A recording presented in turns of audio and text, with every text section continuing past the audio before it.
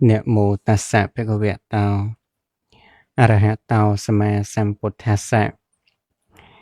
Nẹ mô tát sạ bhạ ca vẹ tao. A ra hạ tao sama sambuddhassa. Nẹ mô tát sạ bhạ ca vẹ tao. A ra hạ tao sama sambuddhassa. Buddhaṃ saraṇaṃ gacchāmi. Dhammaṃ saraṇaṃ gacchāmi. Saṅghaṃ saraṇaṃ gacchāmi. Buddhaṃ prasaddhi me, Dhammaṃ prasaddhi me, Saṅghaṃ prasaddhi me. Sathi vicha mahayusaṃ, Sathi tejo mahayataṃ. Buddhaṃ saccaṃ, Dhammaṃ saccaṃ, Saṅghaṃ saccaṃ, Sathi vantiya me mihaṃ. Sathi Buddho, Sathi Dhammo, Sathi Saṅgho tamutamao. Sathi aisai mani tevia, Sathi montaṃ me mihaṃ. Sathi kaccang, Sathi kammaṃ, Sathi karaya tathāgatao, Sathi tejo jaya niccang, Sathi liapho nirantaraṃ. Sapa kammaṃ prasaddhi me, Sapa saddhi bhavanto me, Sapa saddhi bhavanto te. Tu pre bង្គំខ្ញុំបកណាសូមក្រាបនមស្ការថ្វាយបង្គំចំពោះគុណព្រះរតនត្រ័យដោយសេចក្តីគោរពនិងដោយសេចក្តីកោតក្រែងចាស់ថ្លានិងក៏សូមធ្វើការនមស្ការថ្វាយបង្គំចំពោះសម្ដេចព្រះអគ្គមហាសង្ឃរាជចិត្តបតីសម្ដេចព្រះសង្ឃនាយកសម្ដេចព្រះសង្ឃនាយករងព្រះមន្ត្រីសង្ឃព្រះអង្គគ្រូចាតិកាព្រះថេរានុថេរៈគ្រប់ព្រះអង្គទាំងអស់ដោយសេចក្តីគោរពនិងដោយសេចក្តីកោតក្រែងចាស់ថ្លានិងក៏សូមធ្វើការចម្រើនពរដល់ញោមញាតិពុទ្ធបរិស័ទប្រុសស្រីគ្រប់រូបដោយសេចក្តីរាប់អានថ្ងៃនេះគឺត្រូវនឹងថ្ងៃសុក្រ5រោចខែចេសឆ្នាំមមីអត្តស័កពុទ្ធសករាជ2570ត្រូវនឹងថ្ងៃទី5ខែមិថុនាឆ្នាំ2026សម្រាប់ឱកាសពេលវេលាថ្ងៃនេះគឺយើងនឹងត្រូវសិក្សាមេរៀនប្រាក់អភិធម្មជាបន្តពីសប្តាហ៍មុនយើងបាន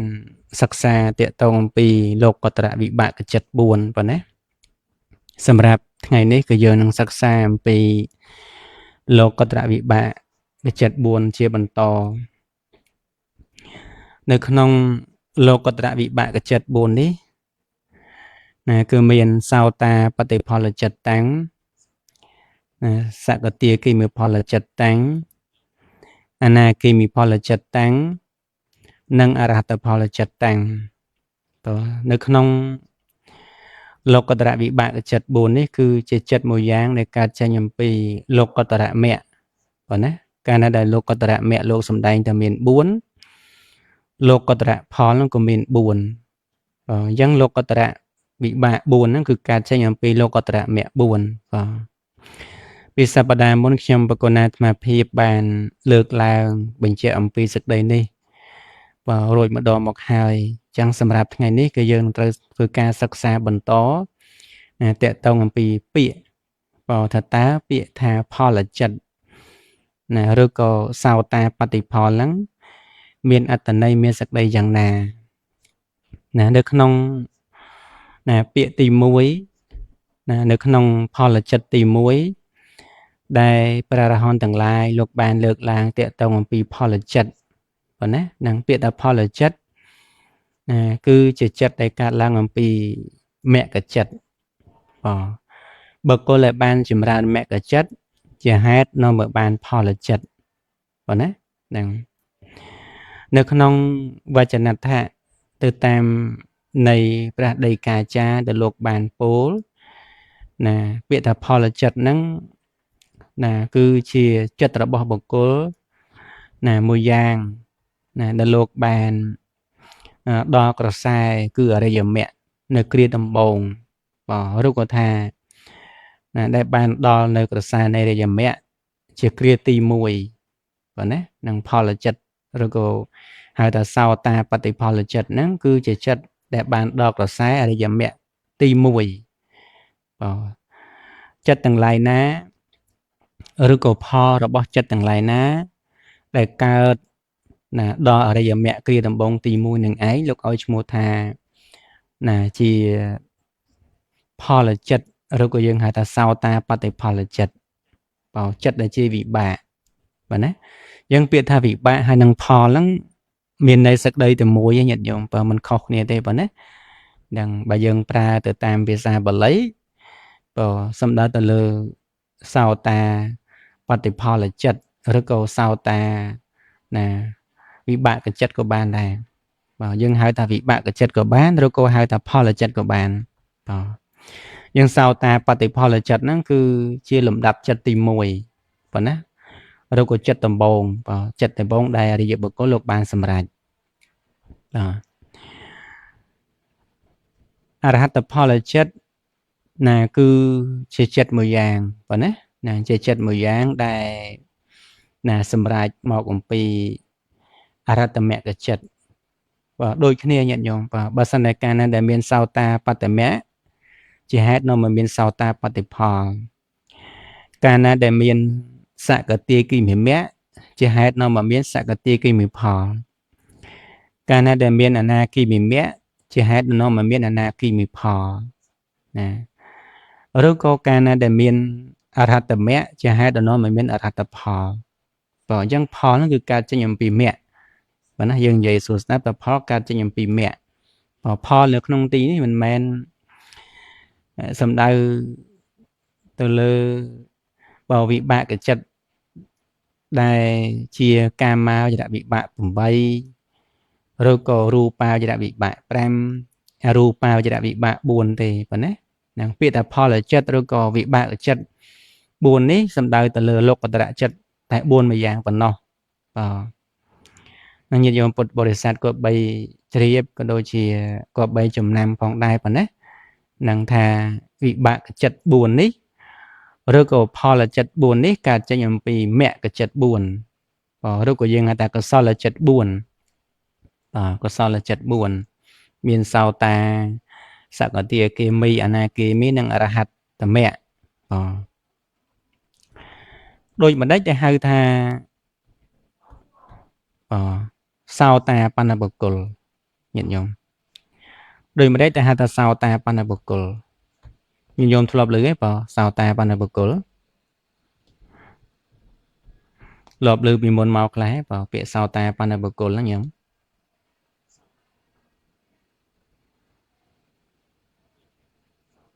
ខ្ញុំរាវីធ្លាប់ឮទេធ្លាប់ឮណាប្រភេទរបស់សោតាបណ្ណបុគ្គលពាក្យថាសោតាបណ្ណបុគ្គលហ្នឹងមានន័យថាបុគ្គលដែលបានសម្រេចសោតាអបណ្ណៈហ្នឹងប្រែថាដល់ឬក៏សម្រេចការបានប៉ុន្តែការបានសម្រេចឬក៏ការដល់ភាពជាបុគ្គលណាទី1នៅក្នុងព្រះពុទ្ធសាសនាអរិយបុគ្គលថ្នាក់ទី1ប៉ុណ្ណាណាបុគ្គលដែលបានសម្រេចសោតានេះបើយើងចែកចេញជាប្រភេទហ្នឹងមានចំនួន3ញាតិញោមបុគ្គលដែលបានសម្រេចសោតាប៉ុណ្ណាហ្នឹងហេតុអីបានជាលោកធ្វើការបែងចែកសោតាបណ្ណបុគ្គលជា3ប្រភេទព្រោះសោតាបណ្ណបុគ្គលជា3ប្រភេទនេះក៏លោកធ្វើការបែងចែកទៅតាមជាតិញាតិញោមទៅតាមជាតិព្រោះសោតាបណ្ណបុគ្គលខ្លះនៅពេលដែលលោកបានសម្រេចជាសោតាបណ្ណបុគ្គលនោះអង្គខ្លះលោកនៅសល់តែមួយជាតិទៀតលោកនឹងត្រូវបរិនិព្វានសម្រាប់អង្គខ្លះទៀតនៅសល់7ជាតិអ្នកខ្លះទៀតចន្លោះពី1ជាតិទៅ6ជាតិអញ្ចឹងការបែងចែកប្រភេទសោតាបណ្ណបុគ្គលជា3ហ្នឹងគឺលោកចង់បញ្ជាក់នៅសេចក្តីថាបុគ្គលខ្លះសម្រេចសោតាក៏ពិតមែនប៉ុន្តែយ៉ាងយូរត្រឹមមួយជាតិទៀតលោកបរិនិព្វានហើយលោកនឹងត្រូវបានសម្រេចជាព្រះអរហន្តប៉ុណ្ណានឹងត្រូវបានសម្រេចជាព្រះអរហន្តហើយបរិនិព្វានតែម្ដងឬក៏ប្រភេទសោតាបណ្ណបុគ្គលខ្លះទៀតលោកសម្រេចសោតាក្នុងជាតិនេះក៏ពិតមែនប៉ុន្តែនៅសល់6ជាតិទៀតឬក៏នៅសល់ត្រឹម7ជាតិយ៉ាងច្រើនប៉ុណ្ណានឹងត្រូវបរិនិព្វានអញ្ចឹងការបែងចែកសោតាបណ្ណបុគ្គលជា3ប្រភេទហ្នឹងគឺលោកបែងចែកទៅតាមការសម្រេចនឹងត្រូវបរិនិព្វាននៅក្នុងជាតិយ៉ាងយូរត្រឹម7ប៉ុណ្ណាមានន័យថាមិនលើសពី7ជាតិទេញាតិញោមនឹងត្រូវបរិនិព្វានសម្រាប់ជាព្រះអរហន្តតែម្ដងហើយនឹងរំលត់ខណ្ឌលែងកើតចាស់ជឿស្លាប់ទៀតហើយប៉ុណ្ណាហ្នឹងឥឡូវញាតិញោមពុទ្ធបរិស័ទមកមើលបុគ្គលថ្នាក់ ទី1ឬក៏សោតាបណ្ឌបុគ្គលទី1ប្រភេទឯកពេជីសោតាបណ្ឌបុគ្គលពាក្យថាឯកពេជីនេះមានន័យថាសល់តែមួយជាតិទៀតទេឯកហ្នឹងមានន័យថាតែមួយឯងញោមណាពីរជាហ្នឹងមានន័យថាពូជឬក៏កំណើតកំណើតកើតនៅក្នុងភពជាតិក្រោយទៀតណាញោមណាលោកសល់តែមួយជាតិទៀតទេនឹងត្រូវប្រណិពានតែម្ដងអញ្ចឹងពាក្យថាឯកពីជ័យសោតាបណ្ឌបុគ្គលមានន័យថាសោតាបណ្ឌបុគ្គលនឹងឯងលោកនឹងត្រូវប្រណិពាននៅជាតិក្រោយគឺអស់ហើយញោមយ៉ាងយូរហ្នឹងគឺមួយជាតិហ្នឹងទេលោកត្រូវប្រណិពានហើយឯកពីចាំងអសាតិជាកពីជីបែរណាហ្នឹងគឺនៅសល់តែមួយជាតិទៀតនឹងត្រូវប្រណិពានទី2កោឡាំងកោលៈសោតាបណ្ណៈប្រភេទសោតាបណ្ឌបុគ្គលហ្នឹងគឺលោកនៅពេលដែលបានសម្រេចហើយយ៉ាងយូរបំផុតត្រឹមពី2ជាតិទៅ6ជាតិនៅក្នុងចន្លោះហ្នឹងណាញោមអត់ទៀងទេនៅក្នុងចន្លោះហ្នឹងជួនកាល2ជាតិជួនកាល3ជាតិជួនកាល4ជាតិជួនកាល5ជាតិអញ្ចឹងទៅក្នុងចន្លោះពី2ទៅ6ហ្នឹងនឹងត្រូវប្រណិពានហើយអត់នៅយូរទេប៉ុណ្ណាហ្នឹងកុលតោកោឡាំងកិច្ចតេតិជាកោឡាំងកាឡោគឺលោកចេញពីតេកូមកទៅកាន់តេកូមកយ៉ាងយូរពីចន្លោះពី2ជាតិទៅ6ជាតិអត់លើសពីហ្នឹងទេញោមណាទី3ញាតិញោមទី3សត្តខតុបរមៈសោតាបណ្ណៈប្រភេទទី3នេះជាប្រភេទសោតាបណ្ឌបុគ្គលដែលត្រូវកើតមិនលើសពី7ជាតិទេនឹងយ៉ាងយូរបំផុតត្រឹម7ជាតិញ៉ឹងប៉ុណ្ណាអត់លើសពី7ទេប៉ុន្តែសួរថាតើមានប្រភេទសោតាបណ្ឌបុគ្គលទៅពេលដែលលោកបានសម្រេចហើយហ្នឹងអាចមានដល់8ជាតិទេអត់មានទេយ៉ាងយូរបំផុតគឺត្រឹម7ជាតិប៉ុណ្ណាយ៉ាងតិចបំផុតគឺត្រឹម1ជាតិនឹងអស់ហើយញោមនឹងអាត្មាសូមលើសេចក្តីបញ្ជាក់មកប៉ុណ្ណឹងប៉ុណ្ណានឹងប្រភេទសោតាបណ្ឌបុគ្គលដែលលោកបានសម្រេចហ្នឹងគឺមានប្រភេទមួយជាតិនឹងទី1ទី2ចន្លោះពី2ជាតិទៅ6ជាតិទី3យ៉ាងយូរគឺត្រឹម7ជាតិនឹងត្រូវប្រណិពានហើយប៉ុណ្ណាតកតងអំពីបរិបទា4ញោមសួរតើហេតុអីបានជាលោកលើកឡើងតកតងអំពីបរិបទា4នេះពីព្រោះបរិបទា4នេះវាតកតងនឹងសោតាបណ្ឌបុគ្គលច្រើនប្រភេទទៅតាមការប្រណិប័ត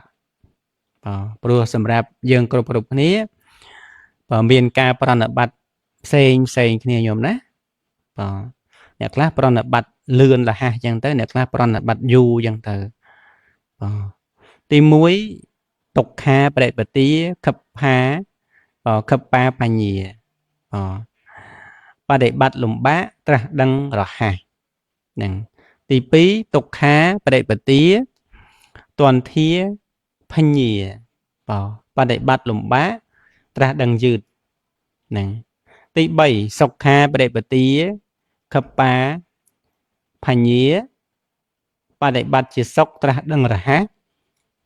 និងទី4សុខាបរិបទាទន្ធាភញ្ញាបដិបត្តិសុខបដិបត្តិជាសុខត្រាស់ដឹងយឺតអញ្ចឹងសម្រាប់បុគ្គលយើងគ្រប់គ្នាទាំងអស់ប៉ុន្តែការប្រណិប័តឬក៏ការសិក្សាបរិយត្តិធម៌ក្តីការប្រណិប័តនៅប្រធម៌ក្តីវាមានលក្ខណៈប្រភេទផ្សេងគ្នាសួរតើហេតុអីបានជាយើងគ្រប់គ្នាហ្នឹងមានការប្រណិប័តសម្រាប់មកផ្សេងគ្នាព្រោះដោយសារបនិស្ស័យនៃការសមកដូចគ្នាទេប៉ុណ្ណាយើងសួរតើហេតុអីបានជាគេរៀនដូចយើងដែរគេរៀនឆាប់ចេះគេរៀនឆាប់យល់ហើយយើងខំប្រឹងរៀនដែរសួរតើហេតុអីបានជាយូរចេះព្រោះដោយសារការសំការរៀនហ្នឹងវាដូចគ្នាទេប៉ុណ្ណាអ្នកខ្លះគាត់ឧស្សាហ៍ទន្ទិញឧស្សាហ៍ផ្សាព្យាឧស្សាហ៍រំលឹកឬក៏ពេលខ្លះគាត់ព្យាយាមមិនមែនវិជាតិនេះតែមួយយ៉ាងទេប៉ុណ្ណាការសំពូជបញ្ញារបស់គាត់គឺគាត់បានសំពីការខាងដើមមកហើយសុខោបញ្ញសៈឧចយោញោមការសំឧចយោរីការសំហ្នឹងសុខសៈ rồi có bánh nhà xạ nơi bùi bánh nhà nó phải nè rồi khao no một nơi sực đầy sọc nó rồi có no một nơi ca vô đăng năng bảo nhưng mà sai can sòm phải đôi dân riêng nhá bảo bây dân riêng trà tới snap trà tới rồi cụ xa bảo miền ca chỉ diêm prang prái có chỉ ban sầm rạch đó để tông bị ca prana bắt lùm bã nè tra đăng ra ha nó bảo nhờ khác quật prana bắt lùm bã bảo đôi ca lùm bã men tên bắt là tra đăng là ha tra đăng lượn nè bắt là bộ phết bộ cô khai tiết bạn để bắt lùm bã tra đăng chữ tiệt bảo bố đề xa quật mình ban sắc sám pi bị chạy cái tin này ca prana bắt yang phong chừng ca tới cóอาศัยปุยปัญญาในการซ้อมพองอย่างเต๋อก็อยู่เปล่าตราดังนั้นเรื่องอยู่การสำรายทอนั้นก็เรื่องอยู่ได้ទី3បានតែបាត់ជាសុកត្រាស់ដឹងរហ័សអ្នកខ្លះគាត់អត់សូវលំបាកទេបើមិនសូវ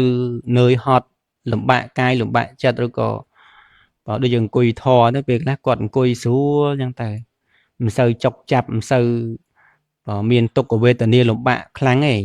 ហើយការប្រណិប័តរបស់គាត់ក៏លះដែរហ្នឹងហើយនឹងប្រភេទបុគ្គលទី3ហ្នឹងញោមហើយសម្រាប់ប្រភេទបុគ្គលទី4នេះបានតែបាត់ហ្នឹងមិនសូវលំបាកប៉ុន្តែត្រាស់ដឹងយូរណែយូរត្រាស់ដឹងហ្នឹងតរខំព្យាយាមតិចប៉ុន្តែគាត់មានទុក្ខវេទនាផ្លូវកាយអីលំបាកអីគាត់ថាមិនសូវលំបាកដោយអាហារបណ្ឌបាតឬក៏មិនសូវលំបាកដោយការសម្រាកបើមិនសូវមានអាពាធជំងឺបៀតបៀនប៉ុន្តែត្រាស់ដឹងក៏រៀងយឺតដែរហ្នឹងវាមានប្រភេទផ្សេងនេះអញ្ចឹងប៉ុណ្ណាហ្នឹងបដិបទា4ហ្នឹងបើហ្នឹងអាស្រ័យទៅលើបញ្ញានៃការសំរបស់យើងរៀងខ្លួនញាតិញោមបើដូចគ្នាទេប៉ុណ្ណាហ្នឹងឥឡូវយើងមកមើលអំពីលក្ខណៈរបស់សោតាបណ្ណបុគ្គលញាតិញោមតើសោតាបណ្ណបុគ្គលហ្នឹងនៅពេលដែលលោកសម្រេចដែលយើងចង់ដឹងថាបុគ្គលហ្នឹងជាសោតាឬក៏មិនមែនសោតាព្រោះបុគ្គលនៅក្នុងโลกនេះមិនមែនអាស្រ័យទៅលើការសន្មត់អំពីបុគ្គលដទៃតែបុគ្គលនឹងបានសម្រេចសោតាមើលទៅដូចជាសោតាប៉ុន្តែបុគ្គលអត់ទេញោមដើម្បីដឹងអំពីលក្ខណៈថាបុគ្គលនឹងសម្រេចសោតាឬក៏មិនទាន់សម្រេចនឹងមានលក្ខណៈនៃការសម្គាល់ញោមណានៅក្នុងគម្ពីរប្រតិកថាមនោរដ្ឋពរណីហ្នឹងលោកបានលើកឡើងទាក់ទងអំពីលក្ខណៈគ្រឿងសម្គាល់របស់សោតាញាតិញោមហ្នឹងហើយទី1ហៅថាធុវសីឡោប៉ុន្តែជាអ្នកមានសិលជាប្រចាំអញ្ចឹងលោកអត់ដាច់សិលទេញោមមានសិលនឹងទោះបីលោកប្រព្រឹត្តបាណាតិបាតប្រព្រឹត្តអតនីទានប្រព្រឹត្តខុសក្នុងកាមេប្រព្រឹត្តខុសមុសាឬក៏ប្រព្រឹត្តខុសក្នុងសុរាក៏លោកអត់ប្រព្រឹត្តខុសដែរព្រោះហេតុអីព្រោះលោកជាអ្នកមានសិលល្អហើយយល់ណាទី2ថេតសីឡោជាអ្នកមានសិលរឹងមាំតែមានសិលរឹងមាំហើយអត់មានការប្រព្រឹត្តដាច់កន្លងនៅសិក្ខាបទណាមួយទេញោមណាហ្នឹងវាអ្នកមានសិលរឹងមាំហើយបើយើងធម្មតាទូទៅមិនទាន់មាំទេញោមណានៅមានការរង្គោះរង្គើនៅឡើយទេប៉ុន្តែសម្រាប់សោតាបណ្ណបុគ្គលក៏លោកមានសិលរឹងមាំល្អទី3សោតាបណ្ណោហ្នឹងជាអ្នកចូលដល់ផលដោយមគ្គដែលឈ្មោះថាសោតៈហ្នឹងហើយចូលដល់ផលដោយមគ្គដែលឈ្មោះថាសោតៈគឺលោកចង់បញ្ជាក់នៅសេចក្តីថាអ្នកដែលបានសោតាហ្នឹងគឺលោកបានឆ្លងកាត់ទៅតាមផ្លូវនៃអរិយមគ្គហ្នឹងណាញោមដោយមគ្គហ្នឹងគឺដោយអរិយមគ្គជាផ្លូវដ៏ប្រសើរហ្នឹងក៏មានសមាទិដ្ឋិការយកឃើញត្រូវសមាវិជ្ជាការពោលពាក្យត្រូវ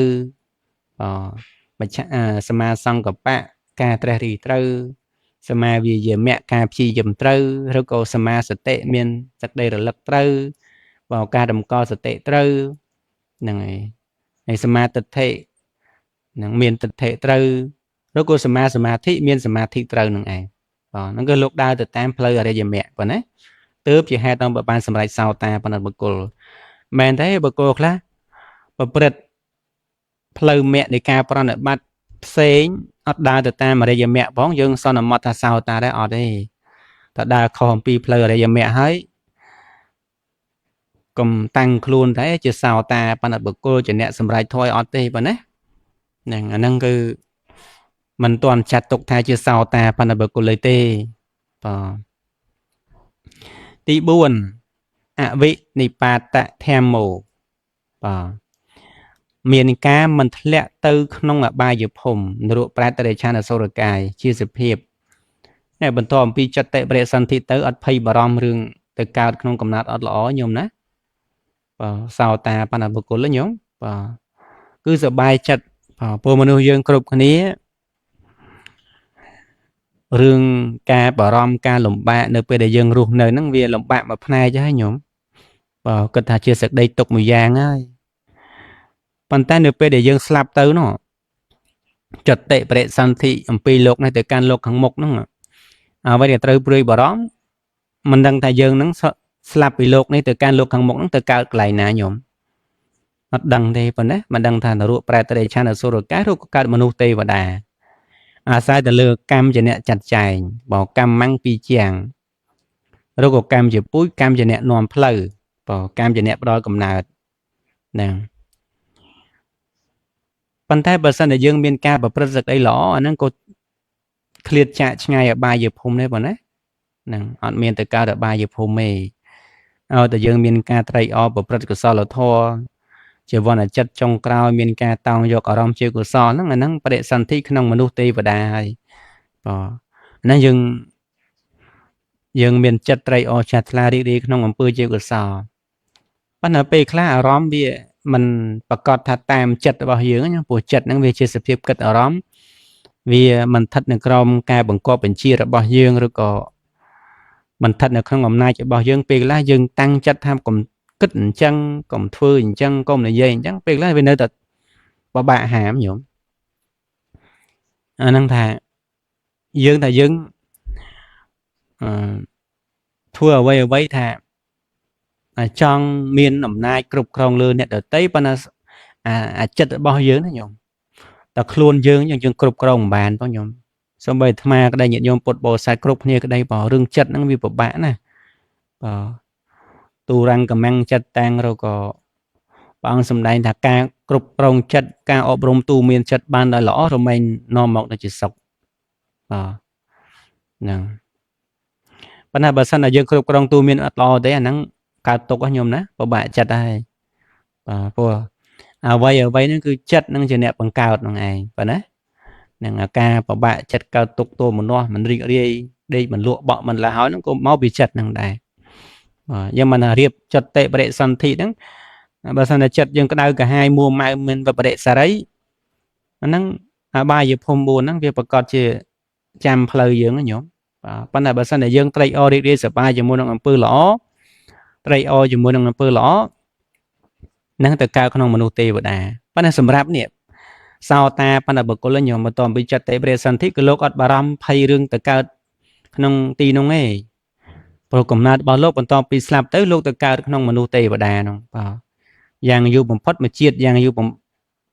ឬក៏7ជាតិអីចឹងទៅនឹងលក្ខណៈរបស់សោតាប្រភេទទី4ប៉ុណ្ណាទី5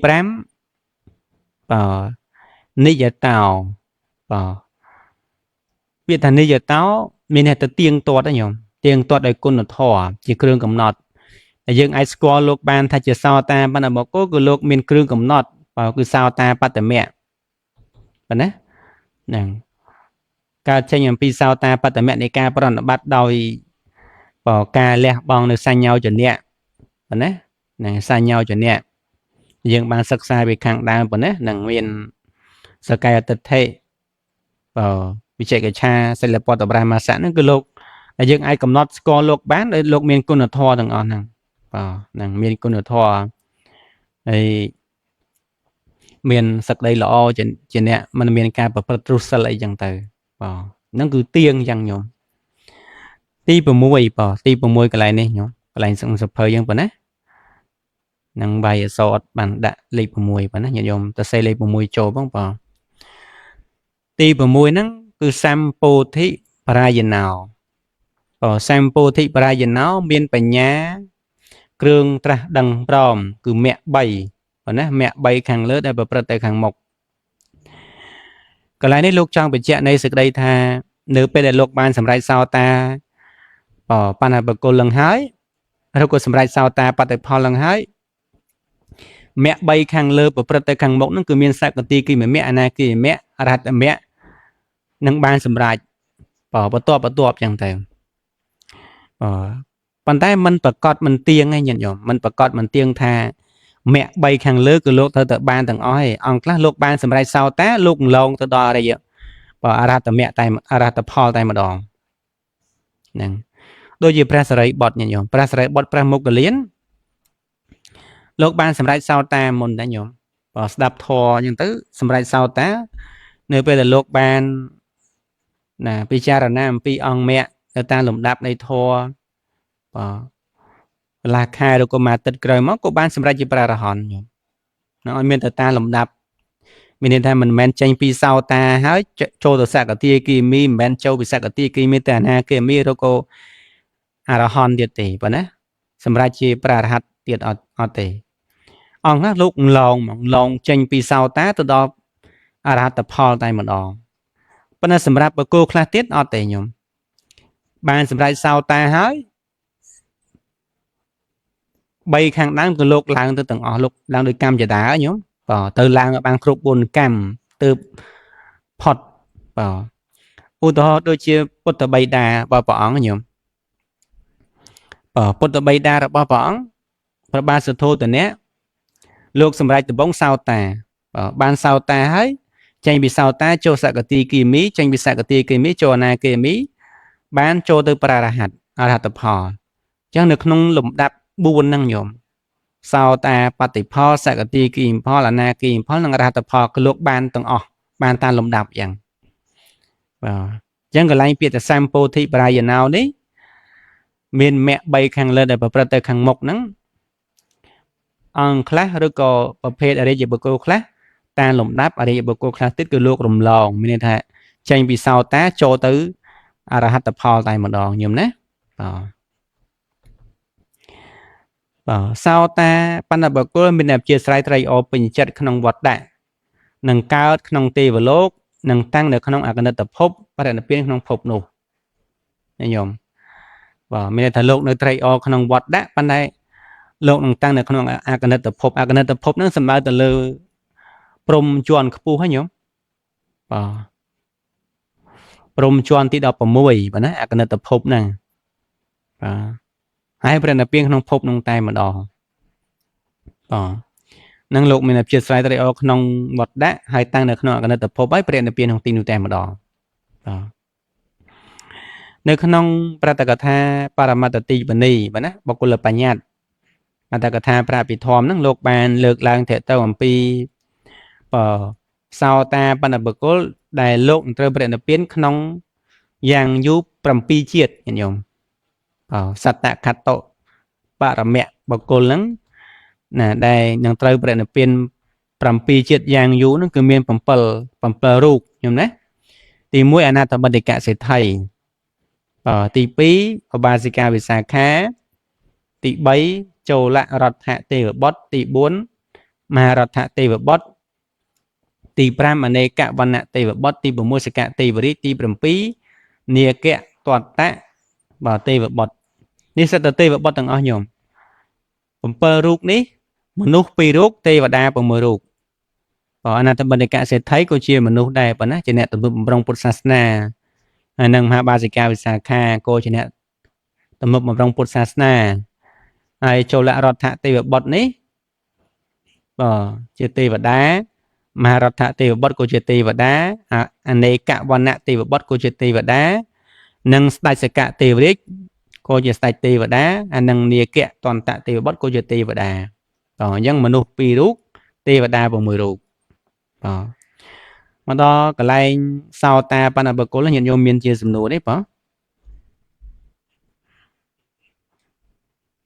មានទេញោមមានជាសំណួរទេ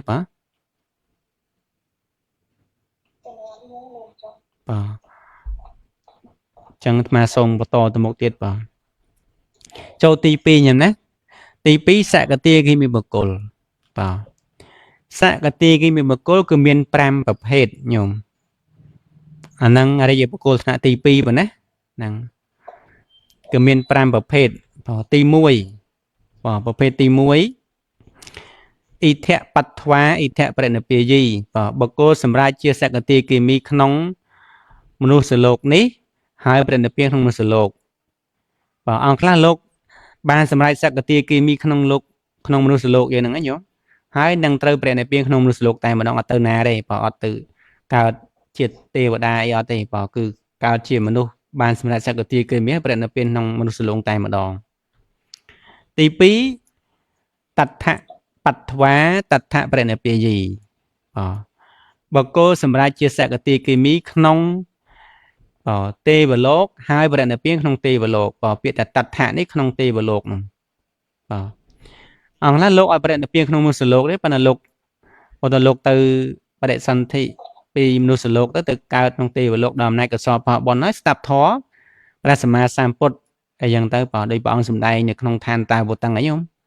បានសម្រាប់ជាសក្តិគីមីហើយប្រណិពាក្នុងទេវលោកតែម្ដងអត់មកមនុស្សលោកអីគឺប្រណិពាក្នុងទេវលោកតែម្ដងទី3អ៊ីធៈបត្វាតដ្ឋប្រណិពាយីអ៊ីធៈមានថាបានសម្រាប់សក្តិគីមីក្នុងមនុស្សលោកអ៊ីធៈលោកេក្នុងលោកនេះបាទណានឹងបត្វាបានសម្រាប់ហើយអ៊ីធៈលោកេក្នុងលោកនេះប្រណិពាយីប្រណិពានតដ្ឋៈក្នុងទេវលោកនេះនេះញោមឃើញអាត្មាដាក់ព្រួញអាត្មាគូសកាអាត្មាបរិញ្ញាតញោមលើកមុនប៉ុណ្ណាហ្នឹងអាកន្លែងព្រួញខៀវ2ដងនេះមានន័យថាព្រួញពណ៌ខៀវនេះមនុស្សលោកព្រួញពណ៌ខៀវក៏មនុស្សលោកដែរចេញពីមនុស្សលោកទៅកាន់មនុស្សលោកហើយក្រហមនេះតំណាងឲ្យទេវលោកក្រហមនេះក៏តំណាងឲ្យទេវលោកដែរអញ្ចឹងបានសម្រាប់ជាសក្តិគីមីក្នុងទេវលោកក៏ប្រណិពាក្នុងទេវលោកទី3បានសម្រាប់ក្នុងមនុស្សលោកប៉ុន្តែប្រណិពាក្នុងទេវលោកនេះក្រហមញោមពណ៌ពណ៌រឿងលឿងហ្នឹងអញ្ចឹងកន្លែងពណ៌បៃតងឬក៏ខៀវនេះអាហ្នឹងក្នុងមនុស្សលោកដល់ពេលពណ៌រឿងលឿងក្រហមនេះនឹងក្នុងទេវលោក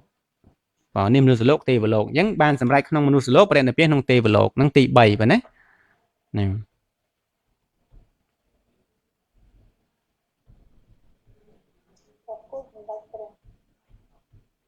បាទញោមទី3នេះខ្ញុំចាស់បុគ្គលសម្ដេចនឹងព្រះសក្តិភាពក្នុងលោកហើយប្រេងទានក្នុងទេវលោកនឹងមានន័យថាលោកបានស្ដាប់ធម៌ពីពុទ្ធអង្គណាមួយខ្ញុំឧទាហរណ៍ក្នុងជាតិនេះគាត់ជាមនុស្សប៉ុន្តែគាត់អត់តប្រណិពានទេគាត់ចិត្តតិព្រះសន្តិពីមនុស្សលោកទៅគាត់កើតទេវលោកដល់កើតជាទេវតាដែរហើយមានព្រះសម្មាសម្ពុទ្ធឬក៏បានស្ដាប់ធម៌ក្នុងសំណាក់ព្រះសម្មាសម្ពុទ្ធឬក៏ព្រះអរហន្តអង្គណាមួយចឹងទៅក៏បានសម្រេចជាក៏បានសម្រេចប្រណិពានតែម្ដងមានន័យអញ្ចឹងញោមយ៉ាងស្លាប់ពីមនុស្សលោកទៅកើតទេវលោកសានបានប្រណិពានក្នុងទេវលោកបានខំប្រឹងប្រែងប្រណិប័តអញ្ចឹងទៅរហូតធ្វើឲ្យបានសម្រេចជាព្រះអរហន្តហ្នឹងអាស្រ័យការប្រណិប័តប៉ុណ្ណាទោះបីជាមិនមានព្រះសម្មាសម្ពុទ្ធព្រះអង្គលោកបានសម្ដែងធម៌ក៏ដោយប៉ុន្តែពេលខ្លះបានប្រណិប័តអញ្ចឹងទៅចេញពីសោតារហូតដល់សក្តិគីមីឬក៏ចេញពីសក្តិគីមីទៅព្រះអរហន្តអញ្ចឹងទៅប៉ុណ្ណាហ្នឹងនឹងទី3ញោមទី4តដ្ឋបត្វាអ៊ីធៈប្រណិពាយីឡែងតដ្ឋៈនេះបានសម្រេចក្នុងទេវលោកវិញនេះស្ដាប់ធម៌ក្នុងទេវលោកមានថាឧទាហរណ៍ថាជាតិហ្នឹងគាត់ជាទេវតាញោមហើយបានស្ដាប់ធម៌អញ្ចឹងទៅក៏បានសម្រេចជាសក្តិគីមីគាត់ស្លាប់ពីទេវតាគាត់មកកើតជាមនុស្សសិនបានគាត់សម្រេចជាព្រះអរហន្តនឹងមានអីចឹងញោមកន្លែងទី4នេះតដ្ឋបត្វាអ៊ីធៈប្រណិពាយីមានថាបានសម្រេចសក្តិគីមីក្នុងកំណើតជាទេវតាឬក៏ក្នុងទេវលោកហើយបានចតិបរិសន្តិវិទេវលោកនោះមកកើតជាមនុស្សទើបសម្រេចធម៌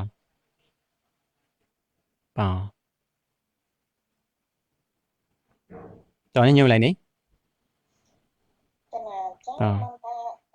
ជាធម្មតា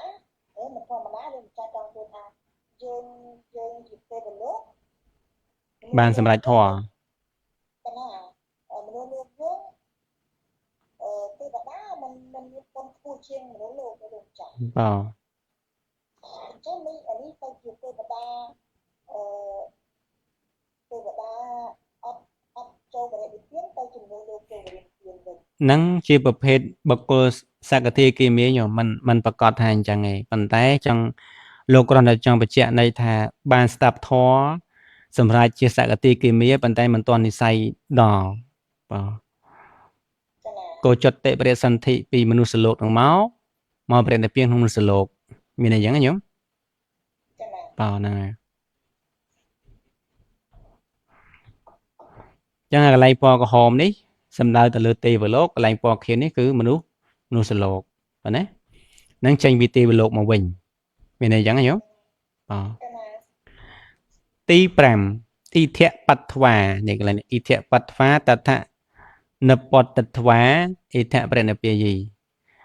អានេះក៏ទៅពីតំណញោមបាទបើគោខ្លះបានសម្រេចក្នុងមនុស្សលោកសិនបាទបានសម្រេចក្នុងមនុស្សលោកហើយហ្នឹងគោទៅកើតក្នុងទេវលោកទៀត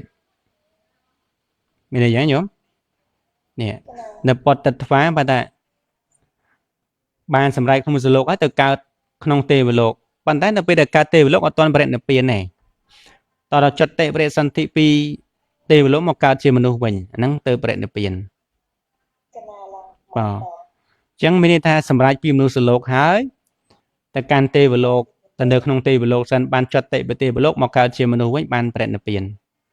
អញ្ចឹងបានជាតិមិញ3ញោមណា ចាណា នេះសញ្ញាព្រួញញោមនេះចេញពីមនុស្សលោកហើយទៅកើតជាទេវលោកនេះមកដាក់ព្រួញ3នេះអាពណ៌យ៉ាងទឹកក្រូចនេះទេវលោកបានត្រឡប់មកមនុស្សលោកវិញអញ្ចឹង3ទាំងអស់3ជាតិតោះនេះញោមផ្សេងបាទ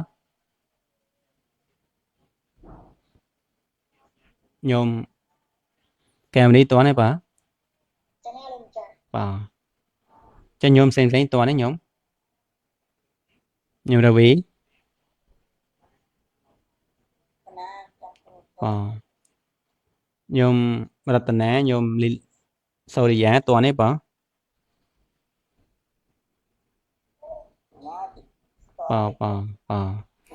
យ៉ាងអាទី5នេះគឺ3ជាតិប៉ុណ្ណាយ៉ាងមកយើងដាក់ជាសំណួរសួរថាតើសក្តិគីមីទាំង5ប្រភេទហ្នឹងមួយណាដែលបដិសន្ធិ3ដងទៅបរិនិព្វានញោម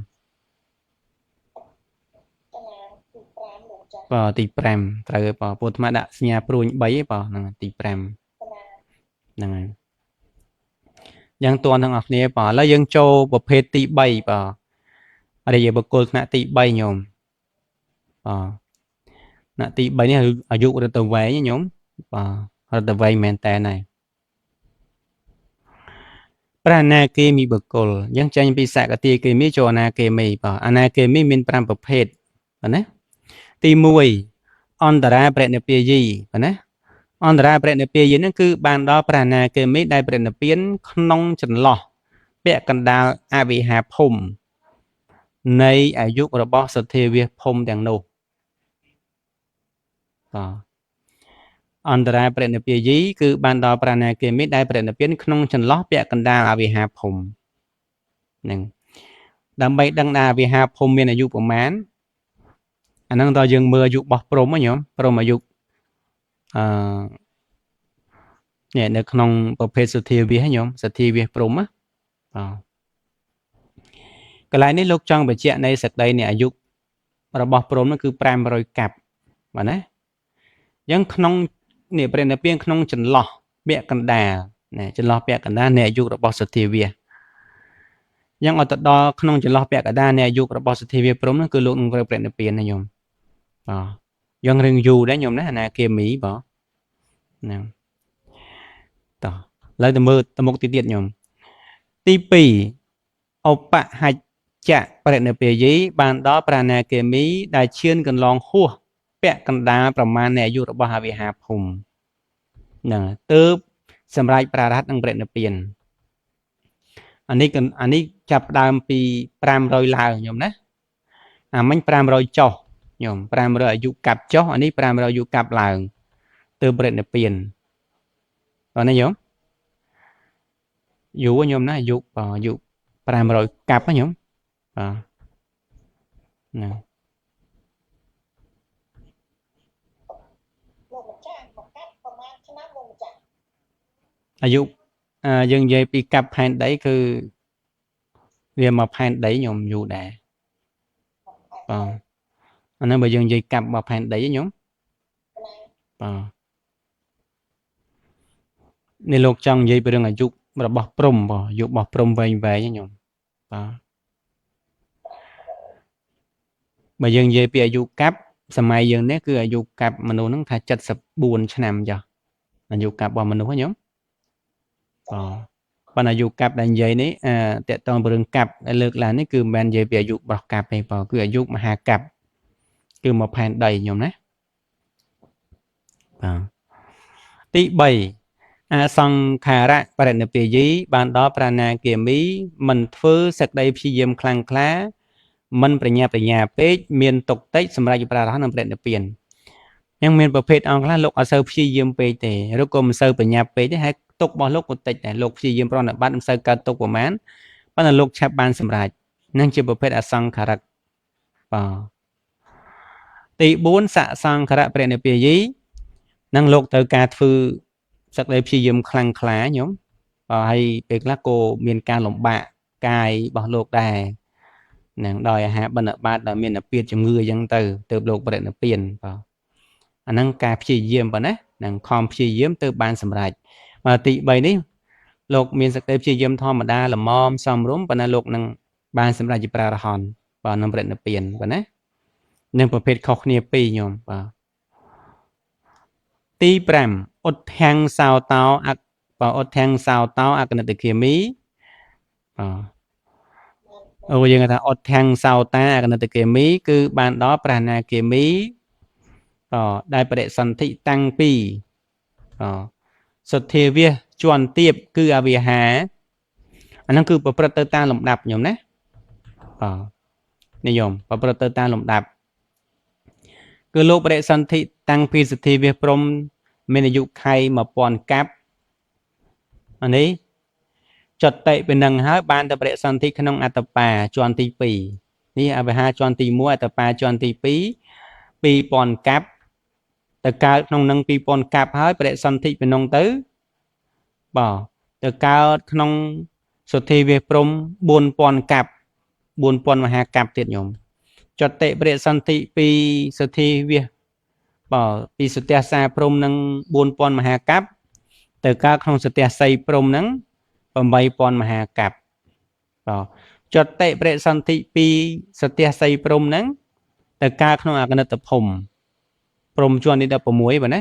អាយុ1600 16000មហាកាប់ទាំងអស់គ្រប់300030000ញោមណា31000មហាកាប់ទៅបរិនិព្វានយូរញោមណាយូរញោមមិនបើយូរអត់ញោមយូរបាទនេះតាមលំដាប់របស់សុទ្ធាវាហ្មងញោមចេញពីសុទ្ធាវាជាន់ទី1អត្តបាសុទ្ធាវាជាន់ទី2សទ្ធាសាអធិស្ឋ័យសទ្ធាវាទី1អវិហាទី2អត្តបាទី3សទ្ធាវាសាសទ្ធាសាទី4សទ្ធាសីទី5អកណិដ្ឋៈនេះបើយើងគិតចំនួនកាប់ញោមនេះ31000មហាកាប់ទៅបរិនិព្វាន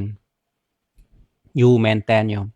នេះអាត្មាលើកទៅខាងដើមបន្តិចញោមតកតងវាទី1ញោមទី1មិញយើងលើកឡើងថាសក្តិគីមីដែលបរិនិព្វានពាក់កណ្ដាលអាយុនេះអាយុជាន់សទ្ធាវាញោមជាន់ទី1នេះគឺ1000មហាកាប់យើងក្នុងចន្លោះពាក់កណ្ដាលពោះពាក់កណ្ដាលលោកត្រូវបរិនិព្វាននេះអង្គខ្លះអរិយបុគ្គលថ្នាក់ទីនេះអនាគាមីថ្នាក់ទី1នេះមកដល់តំពាក់កណ្ដាល500មហាកាប់ហ្នឹងក្រោមហ្នឹងញោមនេះចន្លោះបាទណាបរិនិព្វានក្នុងចន្លោះពាក់កណ្ដាលអវិហានៃអាយុរបស់សទ្ធាវាព្រំឲ្យទៅដល់500មហាកាប់ហ្នឹងលោកនឹងត្រូវបរិនិព្វានពី500មក400អាហ្នឹងចន្លោះពាក់កណ្ដាលញោម ហើយសម្រាប់អាណាគីមីថ្នាក់ទី2នេះមកដល់500ណាប៉ុន្តែកន្លងហួសពាក់កណ្ដាលអាយុមហាកាប់នេះថាចាប់ពី500ឡើងអាចឡើងដល់600កាប់700កាប់800កាប់អញ្ចឹងទៅបាទចាប់ពី500ឡើងដល់600ប៉ុណ្ណាកន្លងហួសពាក់កណ្ដាលហ្នឹងគឺចាប់ពី500ឡើងបាទកន្លែងនេះចាប់ពី500ឡើងយ៉ាងញោមមើលពីនឹងណាតិចជាងបាទណាច្រើនជាងថ្នាក់ទី1យ៉ាងច្រើនដល់500កាប់ញោមណាបរិនិព្វានណាចន្លោះនេះចន្លោះពាក់កណ្ដាលព្រោះបើយើងនិយាយពីអាយុរបស់វិហារភូមិនេះវា1000កាប់1000មហាកាប់ញោមប៉ុន្តែគាត់ថាពាក់កណ្ដាលហ្នឹងគឺបានត្រឹម500យ៉ាងអន្តរាបរិនិព្វាយីហ្នឹងគឺត្រឹម500មហាកាប់ចុះមកកោមហ្នឹងគឺលោកបរិនិព្វានហើយបាទណាអាណាគីមីថ្នាក់ទី2នេះគឺចាប់ពី500ឡើងឧទាហរណ៍ថាពេលខ្លះលោកបាន600ឆ្នាំទៅបរិនិព្វានញោម600មហាកាប់ឬក៏700មហាកាប់800មហាកាប់600មហាកាប់ទៅបរិនិព្វានចឹងនេះមានតែមួយនេះទេញោមមានតែថ្នាក់ទី1នេះតិចជាងគេបាទណា500តិចជាងគេបើឡើងទៅដល់លើទៀតហើយថ្នាក់ទី5នេះអានោះគឺតាមលំដាប់ញោមណាគ្រប់ទាំងអស់31000មហាកាប់ទៅបរិនិព្វានយូរទេញោមយូរទេយូរញោមយូរណាស់បាទចឹងអាត្មាលើកមកតកតងអំពីប្រមាណនៃអាយុរបស់អាណាគមីប៉ុណ្ណេះចាស់ញោមបាទញោមមានជាសំណួរឯងញោមអាចលើកឡើងជាសំណួរបានបាទ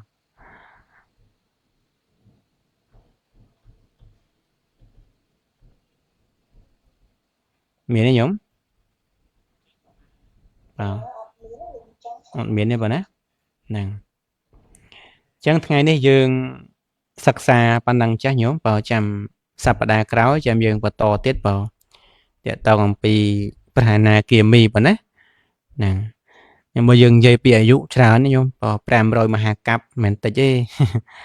បាទហ្នឹងហើយព្រោះមហាកាប់គឺមួយផែនដីញោមណាបាទច្រើនណាស់ហ្នឹង500ផែនដីញោមច្រើនមែនតែននឹងបើយើងនិយាយពីអាយុរបស់ព្រំហ្នឹងវែងមែនតែនញោមបាទ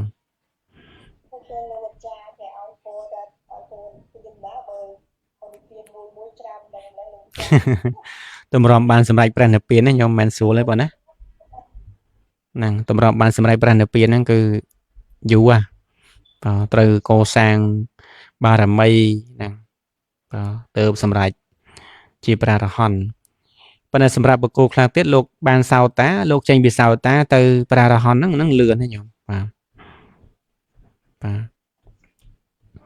នឹងមានប្រភេទរបស់បុគ្គលដែលលោកបានសំបុណ្យបារមីខុសគ្នាញោមបាទលោកខំប្រឹងប្រែងព្យាយាមទៅក៏លោកឆាប់លះអញ្ចឹងទៅអង្គខ្លះក៏លោកយូរអញ្ចឹងទៅបាទណាអញ្ចឹងអាត្មាសូមសរុបឡើងវិញថ្ងៃនេះគឺយើងសិក្សាអំពីប្រភេទ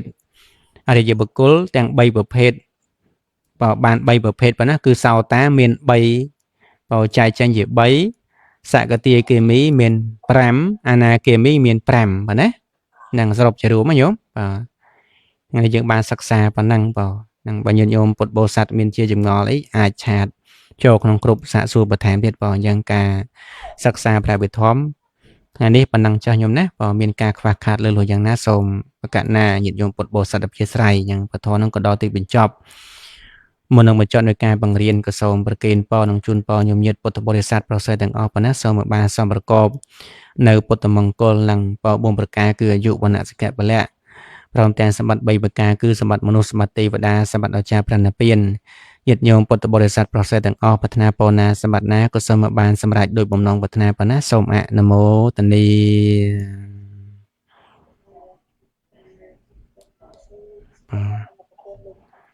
បាទចម្រើនពរសុខសប្បាយទាំងអស់គ្នាប៉ុណ្ណាបាទសុខសប្បាយ